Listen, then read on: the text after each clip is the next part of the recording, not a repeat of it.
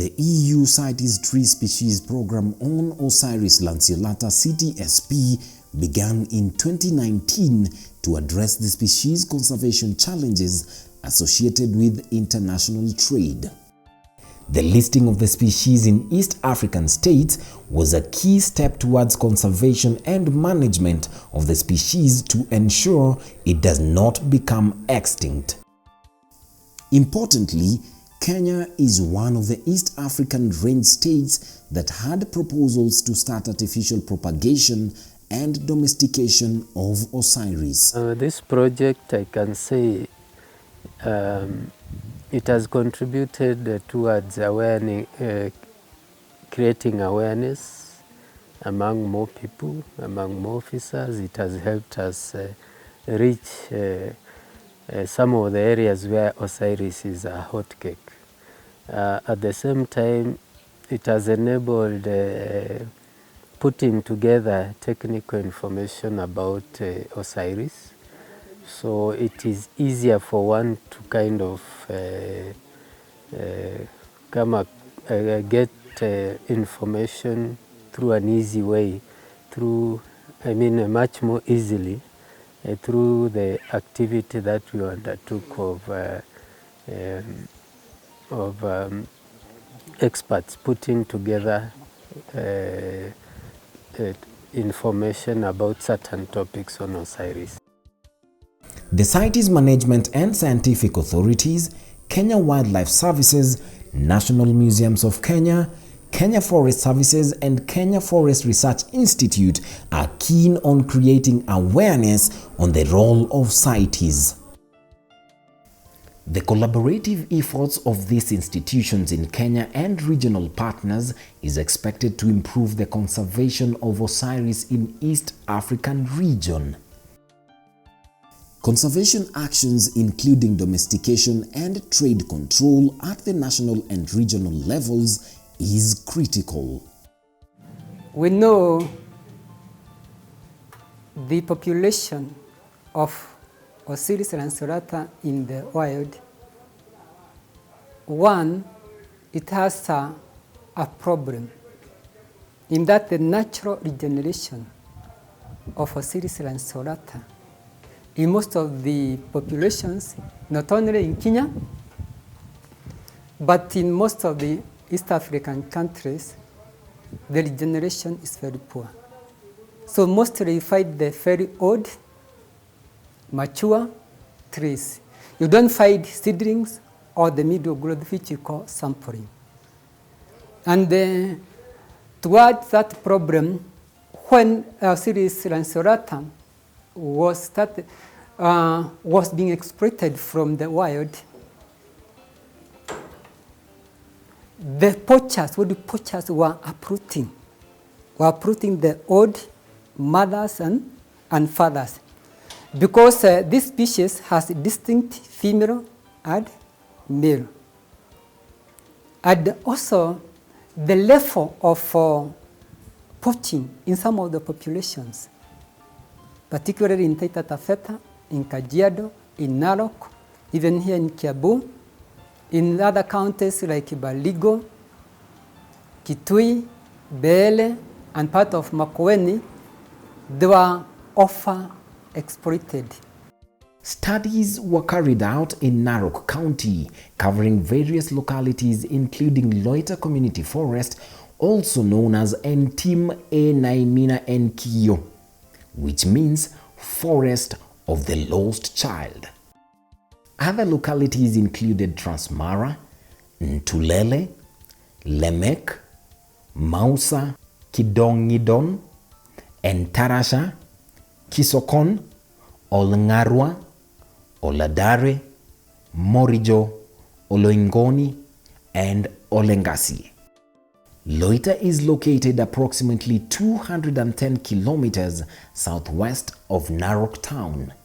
The small town is under the influence of an equatorial climate with an alternation of 3 distinct annual seasons. Narok was purposely selected since it is one of the areas in Kenya where Osyris lanceolata is naturally found.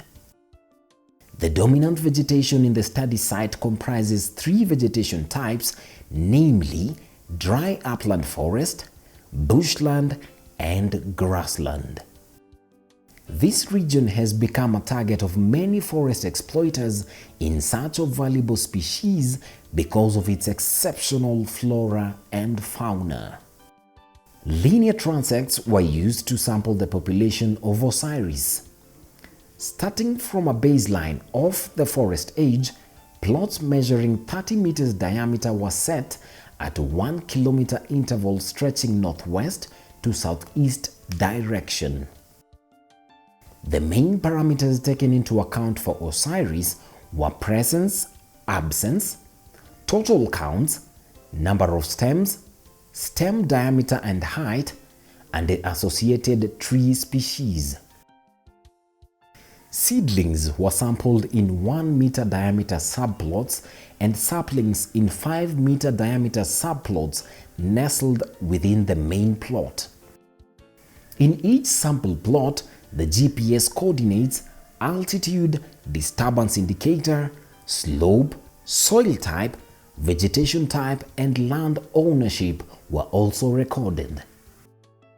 This study demonstrated that unsustainable illegal harvesting for trade, land subdivision, and habitat fragmentation driven by human activities such as logging and shifting cultivation destroy the forest ecosystems and affect sustainability of exploitation from natural forests.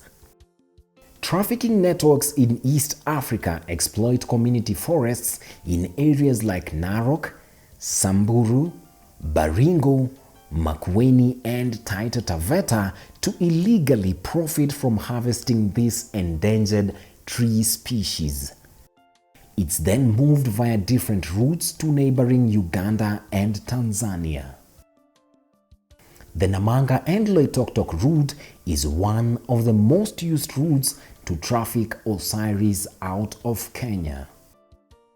Town centers along the way serve as venues for repackaging the wood for onward transport. Police vehicles, ambulances, or high-end vehicles are at times used to move the harvest to designated borders. Osyris is at times taken across the border in Tororo, Uganda. It is then semi-processed and exported through the Kenyan port of Mombasa to markets in Asia and the Arabian Gulf. This means that Kenyan security and customs officials have the opportunity to apprehend traffickers. Lack of uniformity in regional regulations is a key enabler of trafficking in East African sandalwood. Although trade is banned in Kenya, just across the border with Tanzania is a licensed factory that semi-processes the wood. It is vital that these regulations in neighboring Tanzania and Uganda align to the CITES designation of the East African sandalwood as a threatened species. Changes in the mode of transportation from harvesting areas reveal adaptability of this illicit market to police drug nets. However, since the formation of multi-agency teams to tackle sandalwood trafficking, many have been arrested for being in possession of sandalwood. At Namanga One-Stop Border Post, we do a collaborative multi-agency approach whereby we work together with all relevant government agencies which are at the border points. Currently, we work hand in hand with the Kenya Revenue Authority, Kenya Wildlife Service, Immigration Department, the National Police Service, Kenya Plant Health Inspectorate Service, the Kenya Police. Then we have Immigration, National Biosafety Authority, Anti-Counterfeit Authority, and Kentrade. KRA has a scanner whereby all cargoes which are coming into the country pass through the scanner, whereby the scanner takes the image of the products which are coming in, and then a quick analysis is done for the image of the products which are coming in. And then once the products come in, and it's identified that maybe there are products which belong, which or need to be worked on by other government agencies, the officers at the KRA who is on duty informs the other government agencies through the clearing agent that the products need to be cleared by the respective government agencies. So if we have something like timber, they bring the timber documents to Kenya Forest Service, and then we go to the yard for verification. We verify which species, the quantity, and we check on the documentations which has accompanied the timber consignment into the country. And then we check the legality of the import. Is it allowable within the Kenya Forest Service laws, rules, and regulation? When it comes to other products, let's say the products which are listed under CITES, we have to check on the documentation and the required licenses from the CITES, because Kenya is signatory to CITES. Then when we check that and the species and we are satisfied that it meets all the requirement, through coordination with KRA, the consignment is cleared and the importer is allowed to carry on with bringing the product into the country. Now, in terms of an enforcement, because KFS is a uniformed agency, we team up with KWS, with the Enforcement Department of Customs, and the National Police Service, whereby sometimes we do joint patrols, and then sometimes we keep a multi-agency roadblocks, whereby if there is a product which concerns other agencies which is confiscated at the roadblock, let's say timber or wood carvings or any other forestry related species, the concerned agencies are called upon to verify if the products have gone all through the legal procedures and processes so that is allowed into the country. In situations where the products are suspected to have been modified, they are taken to National Museums of Kenya laboratories for DNA analysis and verification, then used as evidence in court.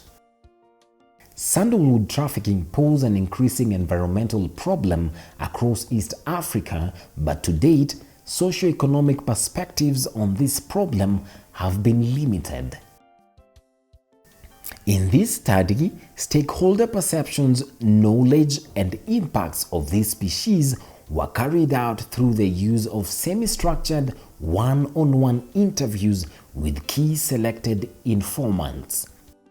Results showed substantial concerns about the impact of illegal harvesting of Osyris, particularly in the affected areas where awareness of this issue has increased in recent times.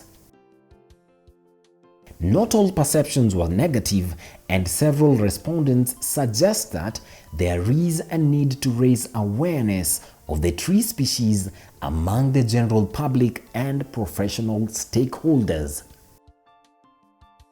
One of the biggest challenges is that we still lack, generally there is lack of awareness, not only in the community but also even within the enforcement agencies. There are still very many officers out there who are responsible for managing these resources but do not know much about Osyris. It's only in areas where we have officers who have had an opportunity to interact with Osyris that know about it. When you look at the other enforcement agencies, let's say like the police, who in most cases are manning roadblocks, they too don't aware. So if somebody tells them, I'm carrying firewood, they don't suspect much. So that is happening. Of course, there are issues of corruption also. There are those who know, but because they are not very honest, then we have those loopholes. Through the project, information has been generated from field inventory and non-detriment finding assessment that will inform decision-making and effective management of Osyris in East African region.